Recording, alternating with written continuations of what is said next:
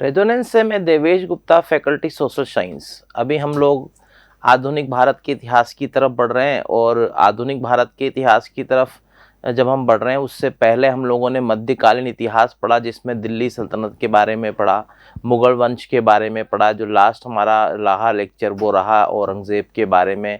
औरंगज़ेब के बारे में मिर्ज़ा राजा जयसिंह को भेजा गया शिवाजी के विरुद्ध और पुरंदर की संधि हुई। 1707 में जो निधन हो जाता है, मृत्यु हो जाती है औरंगजेब की और उसकी मिट्टी की कब्र बनाई जाती है, ये मैंने आपको बताया। दूसरा ताज जो कहलाता है बीवी का मकबरा कहलाता है, जो अपनी पत्नी रबिया उद दौरानी की याद में औरंगजेब के द्वारा बनवाया गया था। तो देखिए, एक तो ताजमहल है जो आगरा में है, इसके अलावा देखें मिनी ताज कहलाता है, लघु ताज कहलाता है एतमाउद दौला का मकबरा, और रबिया उद दौरानी का जो मकबरा है वो बीवी का मकबरा कहलाता है, जो औरंगजेब के द्वारा बनवाया गया था। तो हम लोगों ने थोड़ा सा रिकॉल किया है मुगल वंश पर, हम लोग जहाँ पढ़ रहे थे लास्ट में वो हम लोगों ने रिकॉल किया है। आगे जब विषय को बढ़ाएंगे तो हम लोग आधुनिक भारत की तरफ बढ़ रहे हैं। आधुनिक भारत में जो महत्वपूर्ण चैप्टर हैं, जो कुछ जीके के दृष्टिकोण से महत्वपूर्ण हैं, उन पर हम लोग डिस्कशंस करेंगे, उन पर हम आगे बढ़ेंगे और उन पर क्वेश्चन की संभावना अच्छी बनती है कॉम्पिटिटिव एग्जाम्स में, तो हम उन्हें क्लियर करेंगे।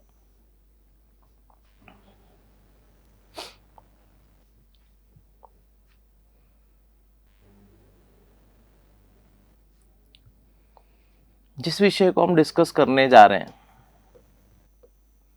वो है 1857 की क्रांति।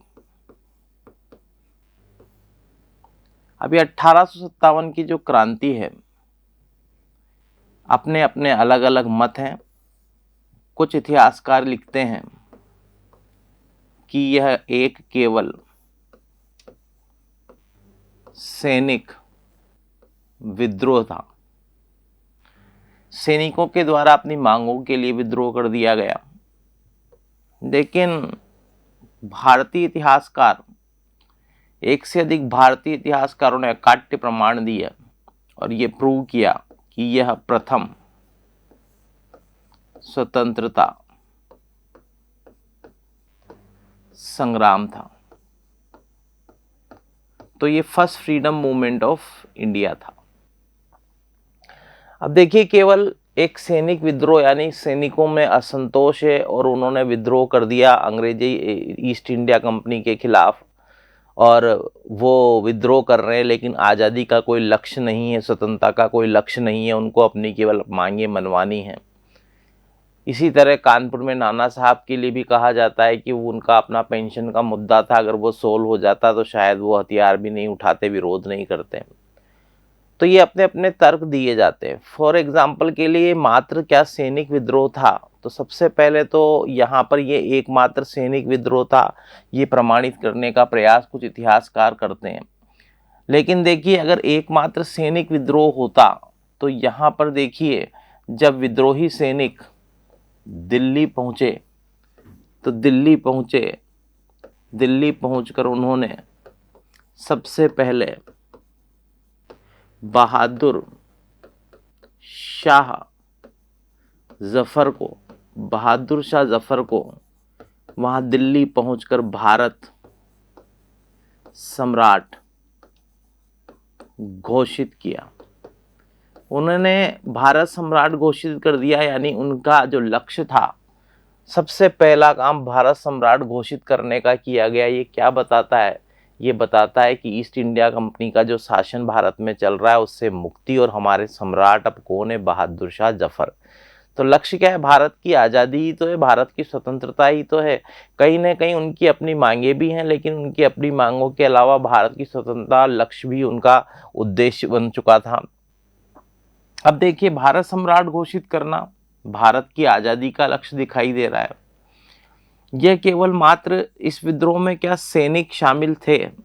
इस विद्रोह में सैनिक शामिल थे, और जो राजा थे अधिकांश की संधि थी, राजाओं की अधिकांश की संधि किसके साथ है? ईस्ट इंडिया कंपनी के साथ है। ईस्ट इंडिया कंपनी के साथ, अंग्रेजों के साथ उनकी संधि है। तो राजा तो किसका साथ दे रहे हैं, ईस्ट इंडिया कंपनी का। लेकिन यहाँ पर ये नहीं भूला जा सकता कि जो आम जनता थी, वो जो आम जनता थी जगह जगह पर उन्होंने सहयोग किया विद्रोही सैनिकों का। विद्रोही सैनिकों का जो सहयोग किया गया, ये क्या बताता है कि केवल विद्रोही सैनिक ही विद्रोह में शामिल नहीं थे, बल्कि आम जनता ने भी विद्रोह में भाग लिया। तो कुल मिलाकर के आम जनता भी सहयोग कर रही थी, आम जनता भी विद्रोह में शामिल है। तो ये कहना उचित नहीं होगा कि यह केवल एक सैनिक विद्रोह था। अगर हम इसे कहते हैं कि ये मात्र एक सैनिक विद्रोह था तो ये तथ्य गलत होगा, बल्कि इसमें भारत की आम जनता भी शामिल थी, चाहे वो स्पष्ट रूप से फ्रंट लाइन में ना हो, लेकिन उन्होंने पूरा सहयोग दिया विद्रोही सैनिकों को। तो जब विद्रोही सैनिकों को वो सहयोग दे रहे हैं, इसका मतलब ये है कि इसे केवल सैनिक विद्रोह नहीं कहा जा सकता। तो जो 1857 है, 1857 की जब बात की जाती है, 1857 की जब क्रांति की बात की जाती है, तो इसे क्या कहा जाता है, इसे ही कहा जाता है इसीलिए प्रथम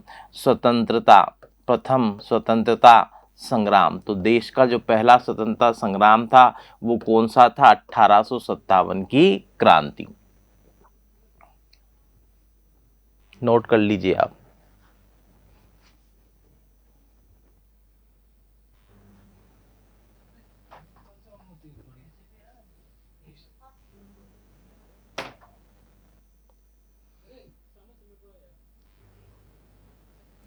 अब देखिए, यहां पर जब हम बात करते हैं सैनिकों में असंतोष के कारण, सैनिकों में असंतोष के एक से अधिक कारण थे, तो जिनके कारण उन्होंने विद्रोह किया। तो ये भारत का पहला स्वतंत्रता संग्राम ही था।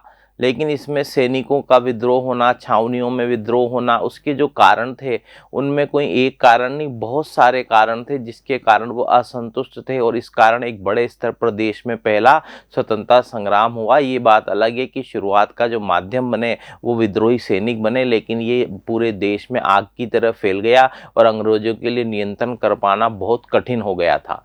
तो यहाँ पर 1857 के विद्रोह के बारे में लॉर्ड कैनिंग तो ये कहते हैं कि अगर सिंधिया भी विद्रोह में शामिल हो जाते तो हमें कल ही बिस्तर गोल करने पड़ते।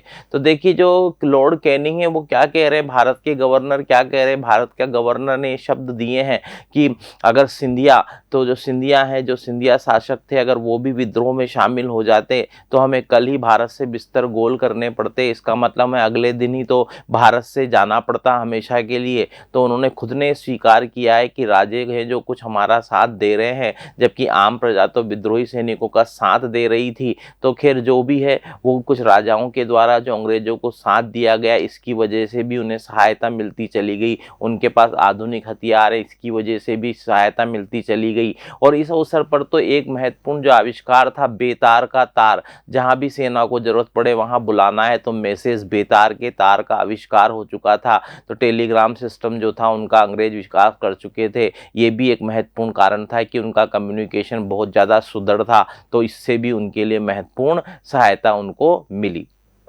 अब देखें, सैनिकों में असंतोष के कारण क्या थे, सैनिकों में असंतोष के कारण क्या थे। फॉर एग्जाम्पल, जो सैनिक नौकरी कर रहे थे उन्हें उचित वेतन न मिलना। तो उन्हें उचित वेतन नहीं मिलेगा तो असंतुष्टि होगी, वेतन पर्याप्त मिले। भारतीय सैनिक जो हैं, जो भारतीय सैनिक ईस्ट इंडिया कंपनी की सेना में वहां पर नौकरी कर रहे हैं, वो असंतुष्ट हैं क्योंकि उन्हें उचित वेतन नहीं मिलता। जितना वेतन मिलना चाहिए उससे कम वेतन उनको मिलता है। अब फॉर एग्जाम्पल के लिए, भारतीय जो सैनिक थे जो अंग्रेजी सेना में थे, उन्हें तोप खाने पर नियंत्रण न देना तो एक सैनिक के रूप में आप बंदूक चलाएंगे, लेकिन तोप खाने पर आपका कोई नियंत्रण नहीं होगा, तोप खाने में आपकी नियुक्तियां नहीं हो रही हैं। ये बड़ा दुखद था। तो तोप खाने पर नियंत्रण, तोप खाने पर नियुक्ति न देना, जबकि तोप खाने पर नियुक्ति मिलनी चाहिए। अगर एक सैनिक है तो उसे आगे बढ़ने का मौका मिलना चाहिए, लेकिन तोप खाने पर उसे नियुक्ति नहीं दी जाती थी। यहाँ तक कि उस समय सैनिकों को समुद्र पार सेवा के लिए भेजा जाना, सैनिकों को समुद्र पार सेवा के लिए भेजा जाना, उस समय समुद्र पार सेवा के लिए जाना अपशगुन माना जाता था। ये भी एक कारण था, अधिक उचित नहीं माना जाता था। बड़ी दूर तक दूसरे देशों में जरूरत पड़ जाए तो वहां पर भी सैनिकों को समुद्र पार सेवा के लिए भेजा जाता था।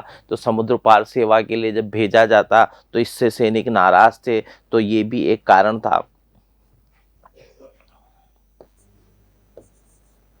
ईसाई धर्मोपचारक की नियुक्ति, तो अंग्रेजी सेना में ईसाई धर्मोपचारक की नियुक्ति तो थी, लेकिन अन्य धर्मों के जो धर्मोपचारक थे उनकी नियुक्ति न होना, तो ईसाई धर्मोपचारक की जो नियुक्ति होती थी तो स्वाभाविक सी बात है, इससे नाराजगी थी भारतीय सैनिकों में कि कहीं न कहीं धर्मांतरण जैसे मुद्दे तो नहीं हैं। तो कुल मिलाकर के सभी को इससे आपत्ति थी भारतीय सैनिकों को कि केवल ईसाई धर्मोपचारक की नियुक्ति क्यों की गई है। इसके अलावा सैनिकों को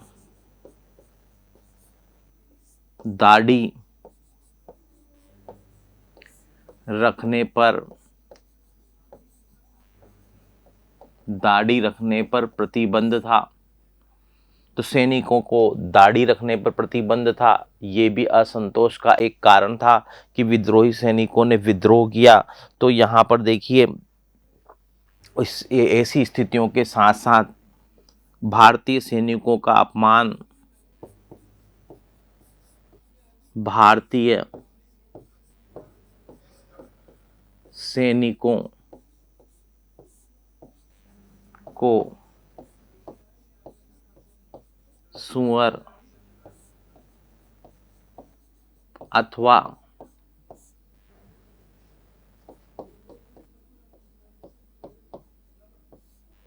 निग्गर कहकर पुकारना। तो भारतीय सैनिकों को निग्गर या सुअर कहना, तो उनका ये अपमान करना, ये भी एक कारण था कि सैनिकों में असंतोष हो गया। तो सैनिकों में असंतोष के जो कारण थे वो मैंने आपके साथ शेयर किए, आप चाहें तो उसे लिख लीजिए। देखें, एक रचनाकार है बंकिम चंद्र चटर्जी। तो जो एक रचनाकार है बंकिम चंद्र चटर्जी के उपन्यास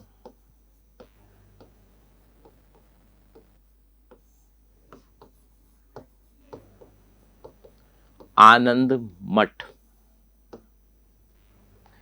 तो बंकिम चंद्र चटर्जी के उपन्यास आनंद मठ में ये जानकारी मिलती है। उन्होंने ये उल्लेख किया है कि अंग्रेजों का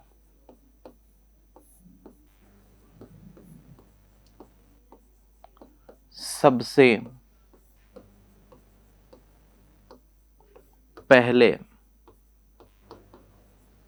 विद्रोह, अंग्रेजों का सबसे पहले विद्रोह भारत में सन्यासियों के द्वारा किया गया था। तो आपका एक बड़ा इंपॉर्टेंट क्वेश्चन है जो एग्जाम में पूछा भी जा चुका है। बताइए, अंग्रेजों का भारत में सबसे पहला विद्रोह किनके द्वारा किया गया था? तो वो कौन थे? सन्यासी थे, साधु थे। साधुओं के द्वारा, सन्यासियों के द्वारा ही अंग्रेजों का सबसे पहला विरोध भारत में हुआ था। इस लाइन को आप नोट कर लीजिए। अब देखिए, एक से अधिक कारण हैं जो 1857 की क्रांति का कारण थे, जिनको हमने डिस्कस भी किया। उचित वेतन नहीं मिलना, तोप खाने पर नियुक्ति नहीं देना। लेकिन 1857 की जो क्रांति हुई, उसका जो सबसे महत्वपूर्ण तात्कालिक कारण था वो निम्न है। तो यहाँ पर 1857 की क्रांति असंतुष्टि के बहुत सारे कारण बताए गए हैं, लेकिन जो सबसे महत्वपूर्ण कारण था, जो 1857 की क्रांति का तत्कालीन कारण बना, जिसके कारण सबसे पहले बैरकपुर छावनी में विद्रोह होगा, वो थे गाय और सूअर की चर्बी वाले कारतूस। गाय और सूअर की चर्बी वाले कारतूस जिनका प्रयोग सेना में प्रारंभ हुआ था। तो अब देखिए, जो गाय और सूअर की चर्बी वाले कारतूस हैं, इनको प्रयोग करने से पहले इन्हें मुंह से खोलना पड़ता था। तो जब मुंह से खोलना पड़ता था, ये एक बहुत बड़े असंतोष का कारण बन गया और स्वाभाविक सी बात है, सैनिकों ने तत्काल प्रतिक्रिया दी और सैनिक विद्रोह का ये तत्कालिक कारण बन गया। जितने भी कारण रहे वो असंतुष्टि के कारण तो थे, लेकिन अगर विद्रोह का सबसे महत्वपूर्ण तात्कालिक कोई कारण था, तो विद्रोह का सबसे महत्वपूर्ण तात्कालिक जो कारण था वो गाय और सूअर की चर्बी वाले कारतूस थे, जिन्हें नए शुरू किए गए एनफील्ड राइफल में प्रयोग किया जाता था। तो ये जो राइफल वाले कारतूस, ये चर्बी वाले जो कारतूस जिन्हें मुंह से खोलना पड़ता था, वो एनफील्ड राइफल में प्रयोग किए जाते थे। तो जो राइफल में प्रयोग किए जाने वाले कारतूस है, इनके कारण सबसे पहले असंतोष फैला।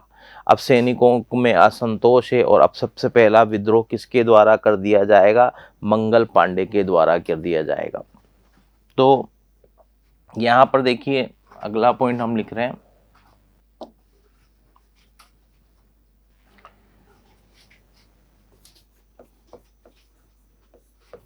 मार्च 1857 बैरकपुर, जो मेरठ में है, बैरकपुर मेरठ की छावनी में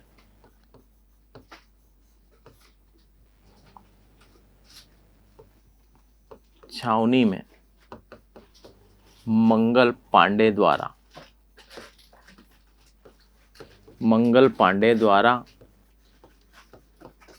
विद्रोह कर दिया गया। तो मंगल पांडे ने कारतूस चलाने से मना कर दिया है, विद्रोह कर दिया है। तो बैरकपुर की जो मेरठ की छावनी है, उसमें मंगल पांडे द्वारा विरोध किया गया, विरोध क्या कर दिया गया। और अप्रैल 1857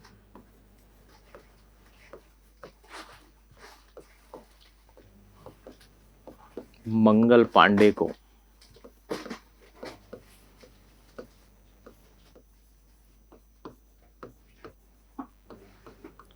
फांसी दे दी गई।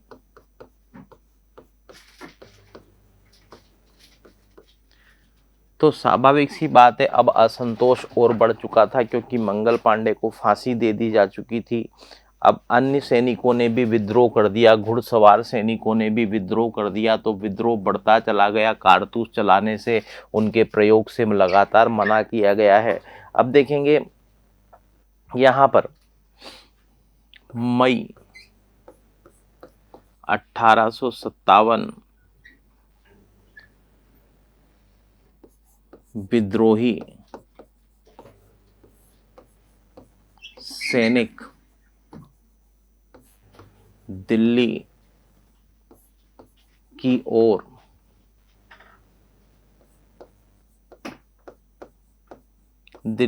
ओर रवाना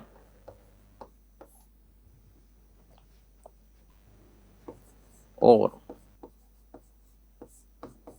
दिल्ली पर अपना नियंत्रण कर लिया।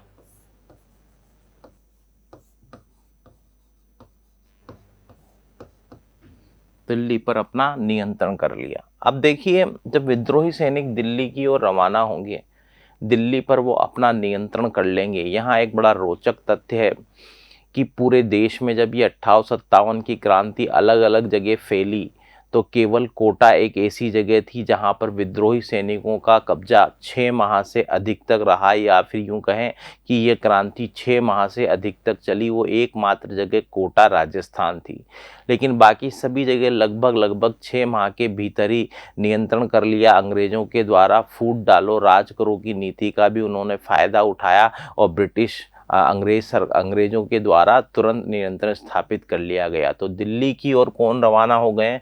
दिल्ली की ओर विद्रोही सैनिक रवाना हो गए। दिल्ली पर उन्होंने अपना नियंत्रण कर लिया है। अब देखिए, जब दिल्ली की ओर पहुंचेंगे तो दिल्ली में है बहादुर शाह जफर। ये बहादुर शाह जफर दिल्ली में मुगल सम्राट थे, लेकिन डलहौजी ने घोषणा की है कि अब सम्राट की पदवी छीन ली जाएगी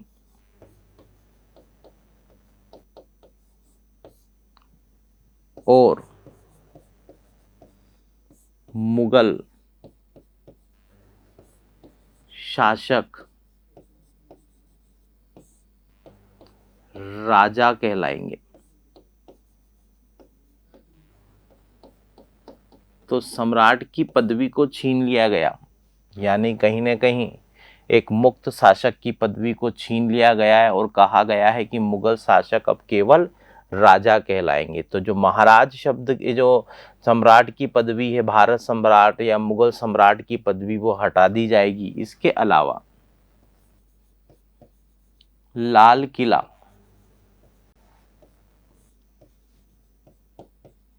छोड़कर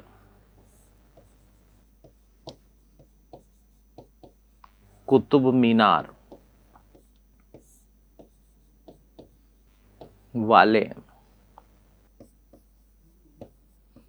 क्षेत्र में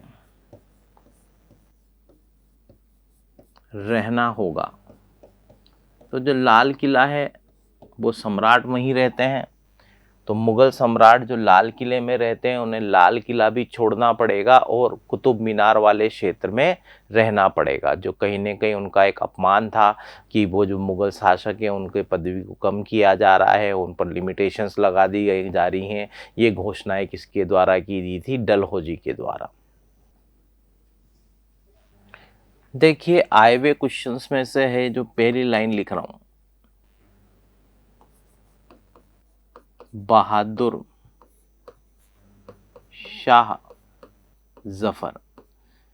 जब विद्रोही सैनिक दिल्ली पहुंचे तो उन्होंने भारत सम्राट घोषित कर दिया बहादुर शाह जफर को।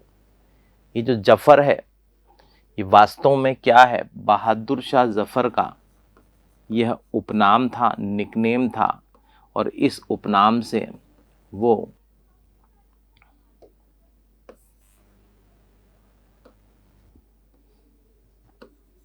इस उपनाम से वह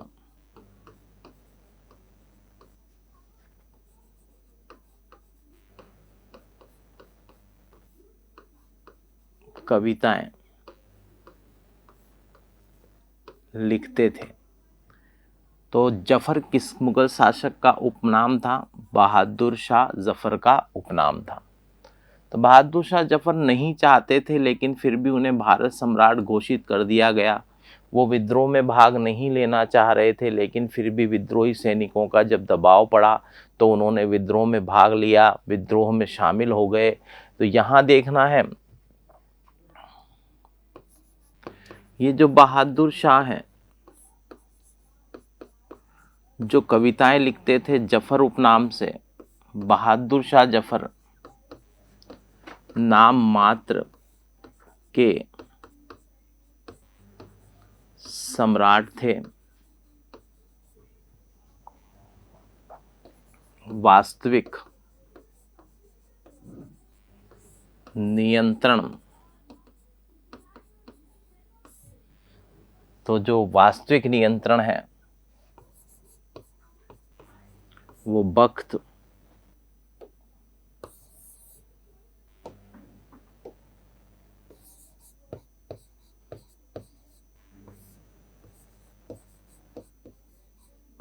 खान के हाथों में था। तो बख्त खान का नियंत्रण है। तो ये क्वेश्चन पहले पूछा जा चुका है कि नाम मात्र के शासक थे, सम्राट थे विद्रोह के दौरान, लेकिन वास्तविक नियंत्रण किसके हाथों में बना हुआ था? तो वास्तविक नियंत्रण किसके हाथों में बना हुआ था? बख्त खान के हाथों में। अब देखो, कहीं ना कहीं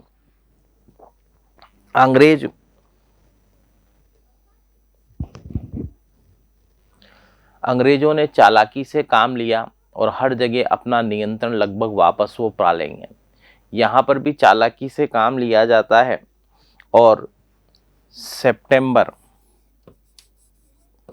1857 अंग्रेजों की स्थिति नियंत्रण में नहीं थी, कमजोर थी, लेकिन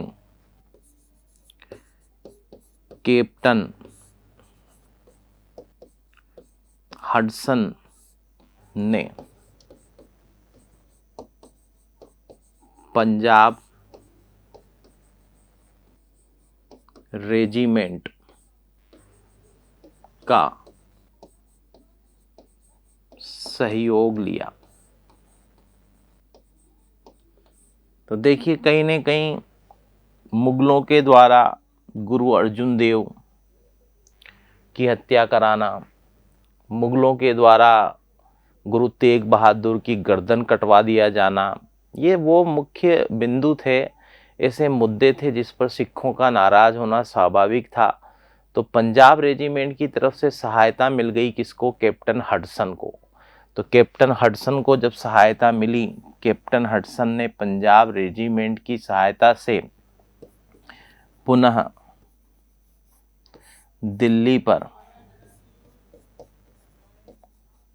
नियंत्रण कर लिया। तो आपसे अगर क्वेश्चन पूछा जाए, बताइए प्रथम स्वतंत्रता संग्राम 1857 की क्रांति में दिल्ली पर नियंत्रण किसने किया? तो वो कौन था? कैप्टन हडसन था। अब देखिए, यहाँ पर दिल्ली पर नियंत्रण कर लिया गया। बहादुर शाह को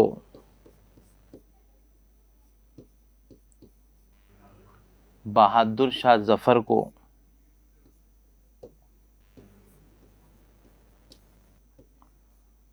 रंगून भेजा गया, जहां उनकी मृत्यु हो गई। तो रंगून किसे भेज दिया गया? बहादुर शाह जफर को, जहां रंगून में ही उनकी मृत्यु हो गई। तो कुल मिलाकर दिल्ली पर नियंत्रण वापस किसका स्थापित हो गया? अंग्रेजों का। देखिए,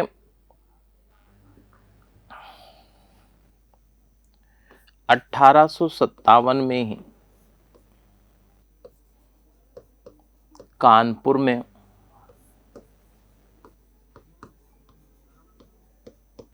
विद्रोह होगा।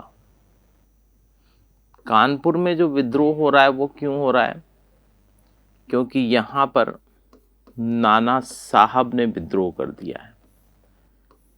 ये जो नाना साहब हैं वो स्वयं को पेशवा मानते थे, उन्हें पेंशन मिलनी चाहिए थी, लेकिन उन्हें पेंशन देने से मना कर दिया गया। वो गोद लिए दत्तक पुत्र थे, तो जब गोद लिए दत्तक पुत्र थे और उन्हें गोद लिया दत्तक पुत्र के आधार पर उन्हें पेंशन नहीं दी गई, तो वो नाराज थे, उनमें असंतोष था। तो नाना साहब ने कानपुर में विद्रोह किया। ये नाना साहब का नाम ही क्या मिलता है? ढोंडू पंथ। कि बताइए किस भारतीय क्रांतिकारी का नाम ढोंडू पंथ मिलता है? किसका मिलता है? नाना साहब का। तो आपके लिए एक अच्छा क्वेश्चन है कि बताइए किस भारतीय क्रांतिकारी का नाम ढोंडू पंथ था, या नाना साहब का नाम वास्तविक में क्या था? तो उनका वास्तविक नाम क्या था? ढोंडू पंथ था। अब नाना साहब ने जो विद्रोह किया है तो उसमें उनके एक विश्वसनीय सैनिक थे जिनका सहयोग रहा, और उनके विश्वसनीय सैनिक का नाम मिलता है तात्या टोपे। तो तात्या टोपे जो विश्वसनीय सैनिक थे, इसे भी आप नोट कर लीजिएगा, क्योंकि क्वेश्चन बताइए तात्या टोपे किसके विश्वसनीय सैनिक थे? नाना साहब ढोंडू पंथ के सैनिक थे, और इनका जो वास्तविक नाम है वो क्या मिलता है? रामचंद्र पांडुरंग। तो ये रामचंद्र पांडुरंग किसका वास्तविक नाम है? ये तात्या टोपे का वास्तविक नाम है। तो तात्या टोपे का वास्तविक नाम रामचंद्र पांडुरंग मिलता है। नाना साहब नाम मिलता है ढोंडू पंथ का। तो तात्या टोपे ने भी नाना साहब का साथ दिया, लेकिन शीघ्र ही कैंपवेल के द्वारा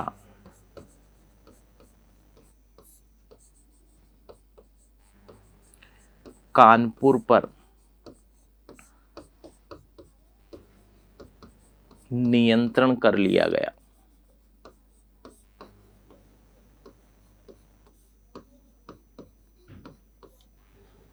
अब नाना साहब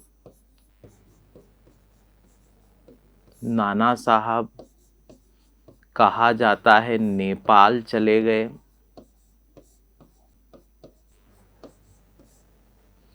फिर उनका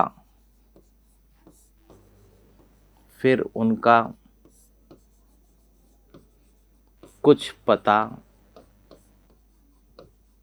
नहीं चला, लेकिन कालांतर में कुछ समय बाद तात्या टोपे को अंग्रेजों ने गिरफ्तार किया, और तात्या टोपे को अंग्रेजों द्वारा फांसी दे दी गई। तो इतिहासकार लिखते हैं कि तात्या टोपे को फांसी दे दी गई, जबकि नाना साहब नेपाल चले गए और उनका उसके बारे में कुछ भी पता नहीं चला। देखिए, हम लोगों ने दिल्ली के विद्रोह पर डिस्कस किया, हम लोगों ने कानपुर के विद्रोह पर डिस्कस किया, और इसके अलावा जो विद्रोह हो रहा है वो एक विद्रोह और कहाँ हुआ? झांसी। एक से अधिक स्थानों पर विद्रोह हुए हैं, पर जीके के दृष्टिकोण से जो महत्वपूर्ण है उन पर हम लोग डिस्कस कर रहे हैं। तो यहाँ पर देखिए, झांसी की जब बात करते हैं तो झांसी में भी 1857 में विद्रोह किया गया है, और किसके द्वारा किया गया है? झांसी की रानी के द्वारा। तो झांसी की रानी ने विद्रोह का बिगुल बजा दिया है, उसका विद्रोह कर दिया है। ये जो झांसी की रानी है, इसका नाम मनु था। इसे ही क्या कहा जाता है? मणिकर्णिका कहा जाता है। तो मणिकर्णिका झांसी की रानी का वास्तविक नाम था, जिसे मनु भी कहा करते थे। ये कौन थी? झांसी की रानी थी। तो झांसी की रानी का जो है उन्होंने कहा था मैं अपनी झांसी नहीं दूंगी। इन्होंने झांसी में ही नहीं, केवल झांसी में ही नहीं बल्कि आपके साथ साथ इन्होंने में भी ग्वालियर में भी विद्रोह किया। तो ग्वालियर में भी विद्रोह किया गया। तो झांसी की रानी ने झांसी में ही नहीं ग्वालियर में भी विद्रोह का बिगुल बजाया। तो झांसी की रानी का नाम मणिकर्णिका मिलता है। वास्तव में झांसी की रानी एक विधवा थी, गंगाधर राव की विधवा। तो झांसी की रानी ने बिगुल बजा दिया है और वो युद्ध के लिए उद्यत हो चुकी है। तो उसने अंग्रेजों के खिलाफ तलवार उठाई और रण क्षेत्र में वो कूद पड़ी है। तो रण क्षेत्र में वो कूद पड़ी, अंग्रेजों का वो विरोध करेगी। तो खूब लड़ी मर्दानी वो झांसी वाली रानी थी। ये कविता आपने जरूर सुनी होगी। सन 57 में चमक उठी वो तलवार पुरानी थी। तो कुल मिलाकर के झांसी की रानी की जब बात करते हैं तो 57 में उन्होंने विद्रोह किया और झांसी और ग्वालियर में उनके विद्रोह को जाना जाता है। लेकिन कैप्टन ह्यूरोज ने झांसी की रानी के लिए कहा था भारतीय क्रांतिकारियों में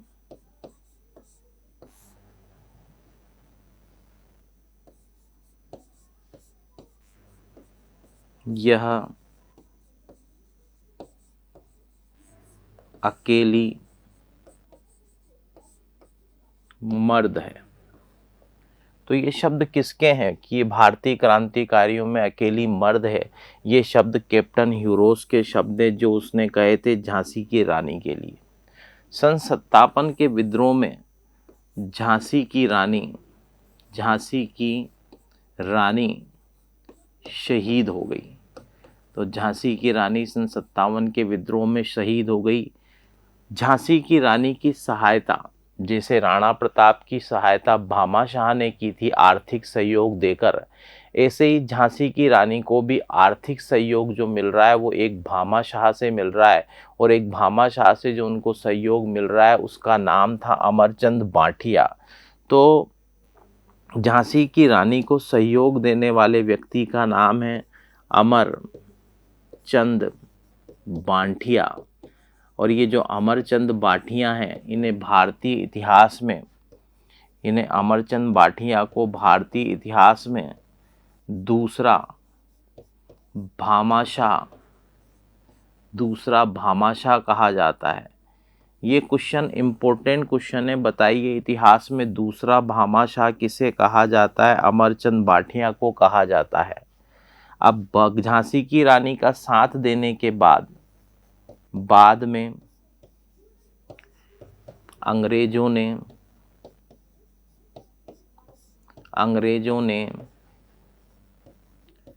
ग्वालियर में नीम के पेड़ पर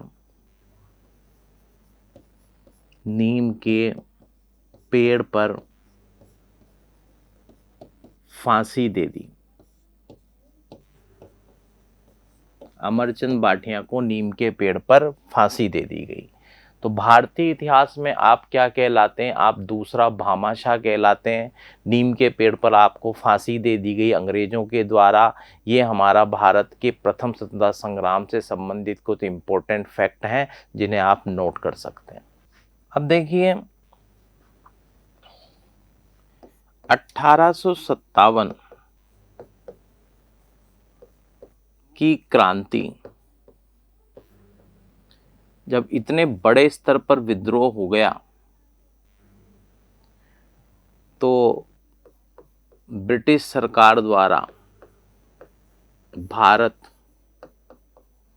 शासन अधिनियम 1858 लागू किया गया।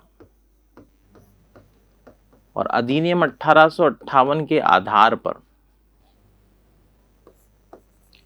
ईस्ट इंडिया कंपनी का भारत पर शासन समाप्त।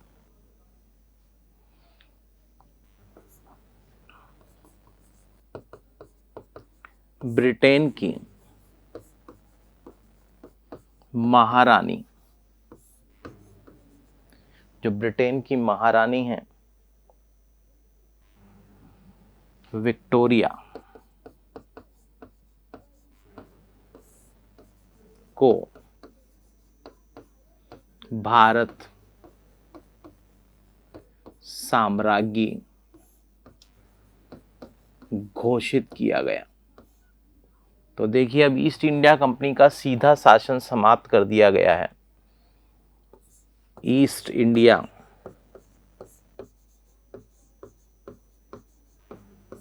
कंपनी के पास केवल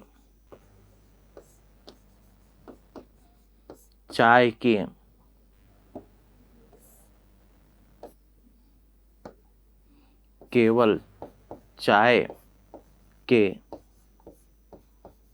व्यापार का अधिकार रह गया। तो ईस्ट इंडिया कंपनी के पास केवल क्या रह गया? चाय के व्यापार का अधिकार। तो यहां पर देखेंगे भारत सचिव का पद सृजित किया गया और उसकी सहायता हेतु 15 सदस्यों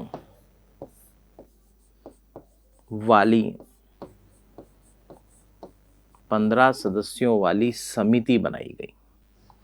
तो कुल मिलाकर के हमने ये देखा कि जो भारत के गवर्नर को